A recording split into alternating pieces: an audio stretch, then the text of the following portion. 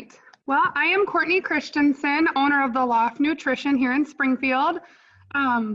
Just opened up fully actually August 1st of 2020. So right in the middle of a pandemic. And let's see here. So it all started when I was going into my local nutrition club. It's about 15 miles away in Sleepy Eye, Minnesota. Became really good friends with the owner of that one and loved the environment that I was in there, and got hooked on the products right away. I had seen awesome results, and I wanted to bring that atmosphere and health and wellness into our community here in Springfield.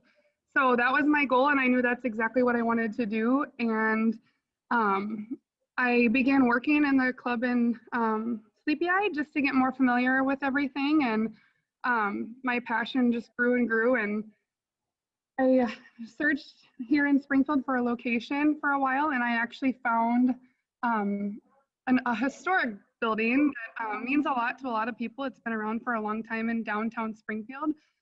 It's a beautiful place, and I reached out to the owner. I wasn't sure. It was just sitting empty. So I reached out and was lucky enough to be able to rent the space. So it was pretty much already set up for me, which was huge. I had a great mentor through it all and great resources that helped me get started. So it just kept me moving right along. And like I had said, I had worked in my mentor and friends club to get familiar with everything, to help be able to make myself successful and get more familiar. And I just went into it very willing to work hard for what I wanted and the vision that I saw for my future. And I have said my whole life that I was going to be my own boss someday. So I'm happy to finally be living that. What we do here at the Loft Nutrition. So our goal is to make the world and community a happier and healthier place. We sell healthy protein shakes, energizing teas, protein iced coffees, and much more. And I also offer one-on-one coaching for health and wellness, fitness classes, retail sales, and just an overall happy and healthy environment for all. So kids come and do their homework. They come in before school. It's just a place where they can be happy and healthy and get anything that they need. So I'm very, very thankful to be able to be that for others. Some bumps in the road so far. So obviously, let's see here. Obviously, I opened it in the middle of a pandemic, which a lot of people thought was pretty crazy, but I just took full advantage of that. I knew what I wanted, and I had a dream, and I just followed it. And actually, the support that I've had has been amazing. So it seemed very intimidating at first, and I had a lot of people doubt me, but I just adapted to that. So I offered takeout, curbside pickup, all those things, just to go with what's going on in the world right now. So and make it easier for the lives of others. So some struggles that I've faced so far is like bringing in new customers. So just getting the word out on, what we do and what we offer.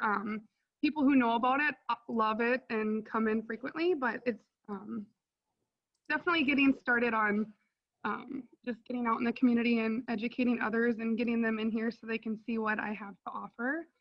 And then marketing, I always know what I have or what I see. It's just hard for me to get it there myself. So that's one thing that I've kind of struggled with, but I'm definitely working towards.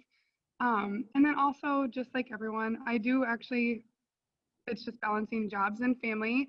So I still work full-time at my original full-time job as a logistics coordinator for Christensen Farms.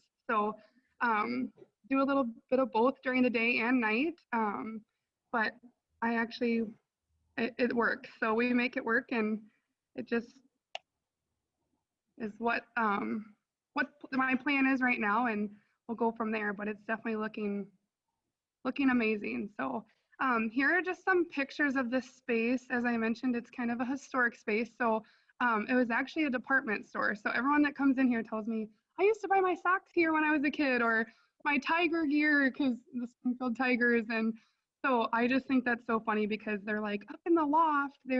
was where like the women's clothing was. And so it's just really fun to hear those stories. And this building, like I said, had sat empty, and I think that's a huge part of it too. And that's kind of where obviously I got the name, the Loft Nutrition, because it's just something that nowhere else in Springfield has. So I really love that.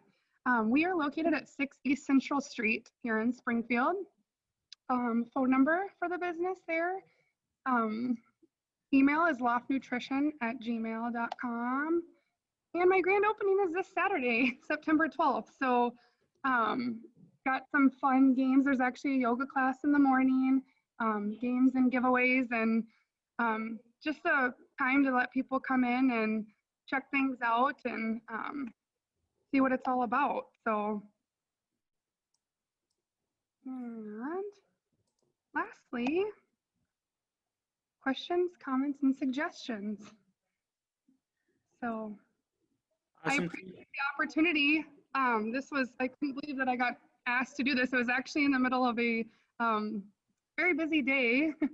And the city manager, Joe, had came in and he said, have you heard of 1 million cups? And real quick, when the line was long, and I said, no, I haven't, but I'd love to know more. And he gave me his card, and next thing I know, I was getting a phone call from Gary, who filled me all in about it. And yeah, it just really continued making my dream come true. So I'm excited. Awesome. Thank you, Courtney. We will open this up for questions and comments now. I'd advise people, please use the raise your hand function if you can, or else message one of the community organizers that are set up as co-hosts, and they can call on you to ask your question. I'm just checking to see if anyone has their hand raised right now. I'm not seeing any.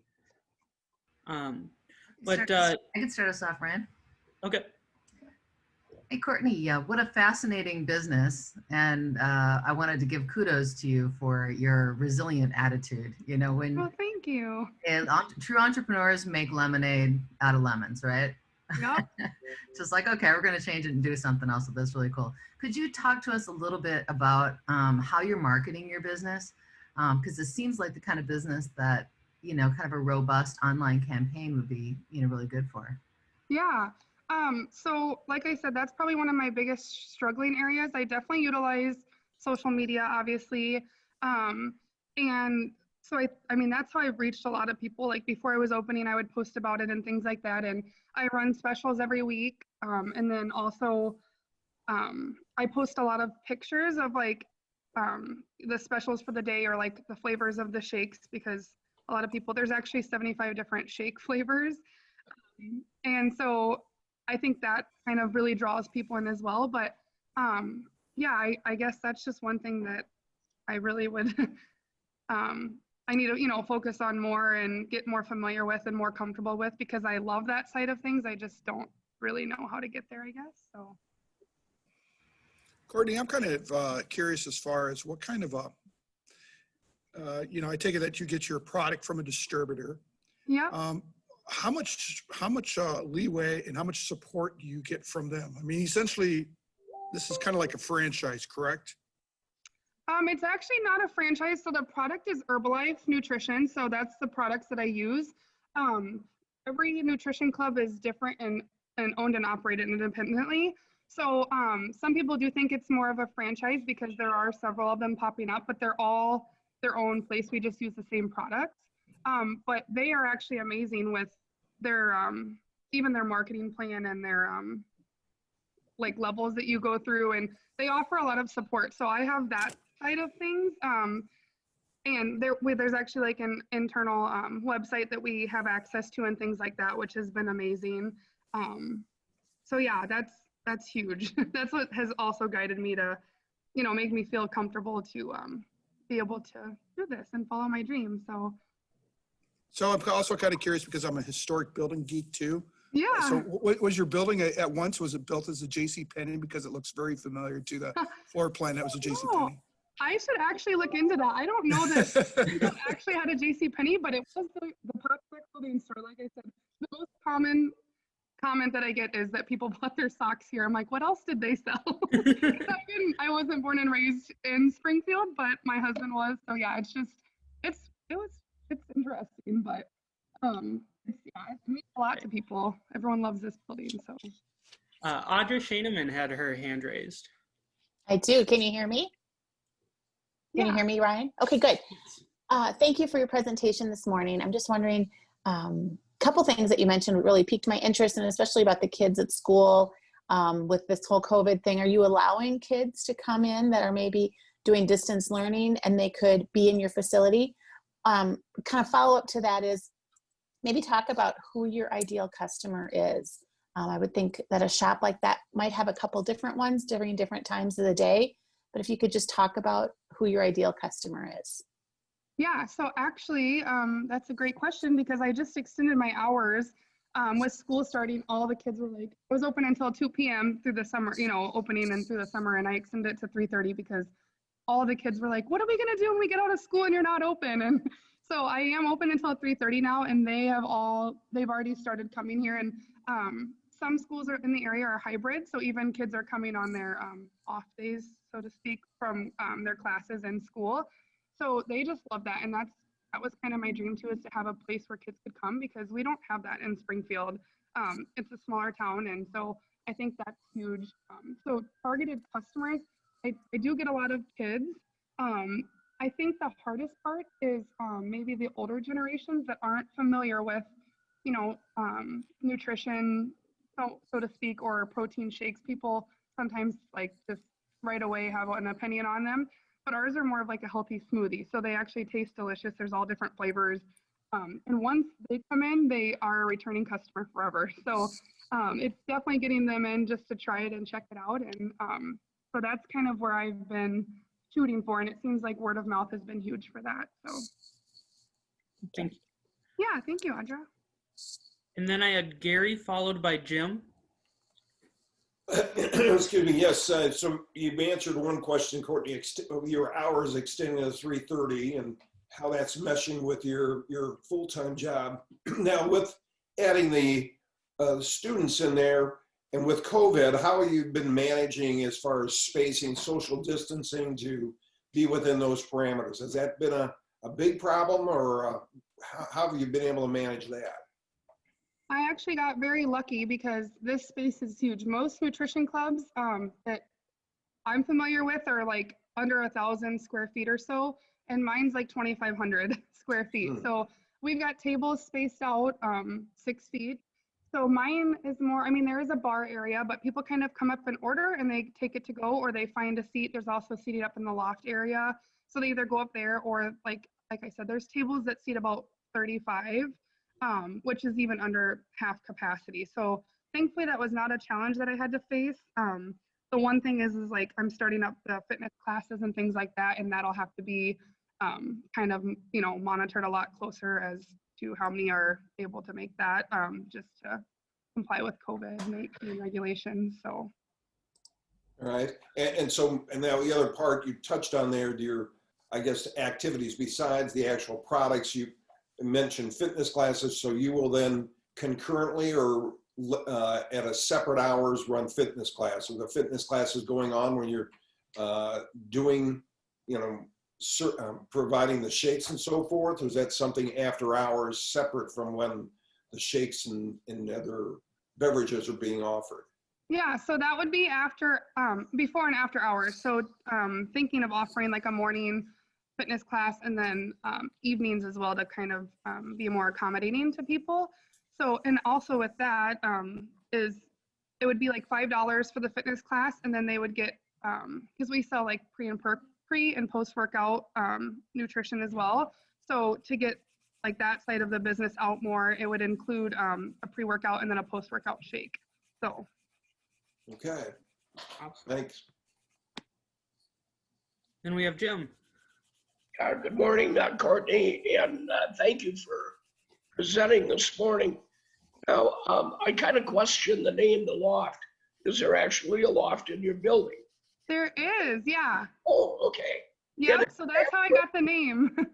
Oh, it is, okay. Yeah. Because Mike Hahn kind of touched on it before and asked if you were a franchise. And you said there's numerous of us around. Are they all Loft, or are they called something else? Thanks for your question, Jim. They're all actually named something else, so nobody can have the same name within a certain mile radius, just to set each other apart, to not make it seem like a franchise. So we all sell the same products and have the same idea. It's just you know, pick your name and choose how you do things in the club. So actually, every nutrition club is a little different, which is keeps it fun and interesting. So. Okay, so they protect your area. What'd you say? Your supplier then protects your area. Yes. Yep. So there can't be another nutrition club within, I think it's a 10-mile radius. Okay. So, Okay. yeah, that's really nice too. And the other people that are that buy from that same distributor, do you folks get together and roundtable, talk a little bit about what you're doing, what they're doing, how it's going for them? They've tried something, you try something. Are you doing that, communicating with? Yeah, so actually myself and then my mentor, which owns the one in Sleepy Eye, Minnesota, the one in New Ulm, and then also the lady in Winthrop, the four of us are pretty close. So we actually kind of work together to come up with new specials and what's worked and what's not, which is a huge help. Thank you very much for your time. Yes, thank you, Jim. Just checking, I'm not seeing any additional hands raised. While I search for anyone else looking to ask a question here, Courtney, your building is absolutely beautiful, and you messaged me that you are in fact in the building today. Are you able to give us a mini tour? I can sure try. Let me see here. Okay, I'll try to. I'm on my laptop, so hopefully I don't make you guys too dizzy. But so this is the entrance.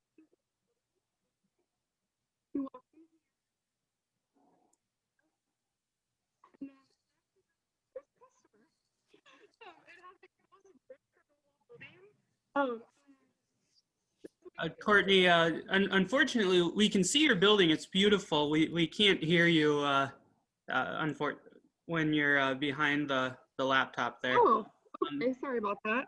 There we can hear Better? you. Yep. Okay. This is a look at the bar area here. And so the kitchen is behind there. The lighting's not great. Sorry about that. And then these are the stairs to the loft up here. So. Now, when you mentioned the kitchen, do you serve anything besides the shakes and teas? Not at this time. We do offer something you can actually make like protein waffles and pancakes and things like that out of the Herbalife protein. So, actually, some nutrition clubs around mine do like a Sunday morning brunch type of deal. So they serve like pancakes or waffles made with the protein. So they're a healthy option. With like fresh fruit and things like that. So that's definitely something that I'm looking into as well, because I'm not open on Sundays right now, but I think that would be popular because there's also not a breakfast place here in Springfield. Okay. Especially that's open on the weekends. So. Gotcha. And again, so I commend you for opening during the pandemic. Can you share with us a little bit about that decision-making process? You know, was there a point when you were trying to decide if you should wait or if you should open in August, and how'd you make that decision? Well, I kept waiting, and then I got sick of waiting, to be honest. And I had some people that doubted me and some people that said, maybe this is for the best, you know, and I think honestly that it worked in my advantage because people were ready to get out, you know, and it was something new. There hasn't been anything new come to Springfield in quite like in a commercial location like this in quite a while. So I think it was very exciting for everyone. And I had a lot of people tell me, like I still to this day already get a lot of people that say thank you for doing this and for bringing it to our community. So it's been an amazing feeling, and I'm so thankful that I decided to instead of pushing it off and waiting until the pandemic was over. Awesome. And Jim, is your hand still raised, or did you raise it again? Excuse me. No. Okay. With that, do we have one of the organizers who wants to ask the final 1 million cups question? I saw Yvonne. Sure. Courtney, what can we as a community do to help you grow your business? I would say if you guys have any resources on marketing, or I don't know. I'm always open to suggestions or what I love to hear what people love or don't love about it or what could use improvement, because I'm one that right away jumps on that opportunity and makes it happen. So I would definitely say marketing. And other than that, I'm sure there's going to be a lot that comes up, but it's still new and I'm still working on things. So definitely open to any suggestions, though. I would love to hear from you guys. We did get a hand raised from Manav. And also, Courtney, if you can just post your email in chat to everyone so that if they have any resources they want to connect with you on offline, they can send them to your email. Okay. And then Manav, did you have a marketing resource you wanted to mention? Well, not necessarily one specific resource, but having taken part in a project here on campus where we developed our own company, trying to increase our company's kind of awareness in the community, we went around and set up posters in different like coffee shops and churches and things like that where large communities gather. So I don't know if you've tried this out yet, but potentially look for bulletin boards at places like this, especially churches where a lot of people go quite frequently. Maybe they'll be able to get a larger, kind of group and potentially even target multiple age groups so that you could get more footfall at the loft. Yeah, thank you. That's a great idea. I have invites made, so they're like a little coupon for your first visit. You get $2 off. So I think I've only made those small ones. So I definitely making a poster, and there's plenty of places in town. I see everyone else's post on there. So yeah, I should definitely contribute to that. I appreciate that.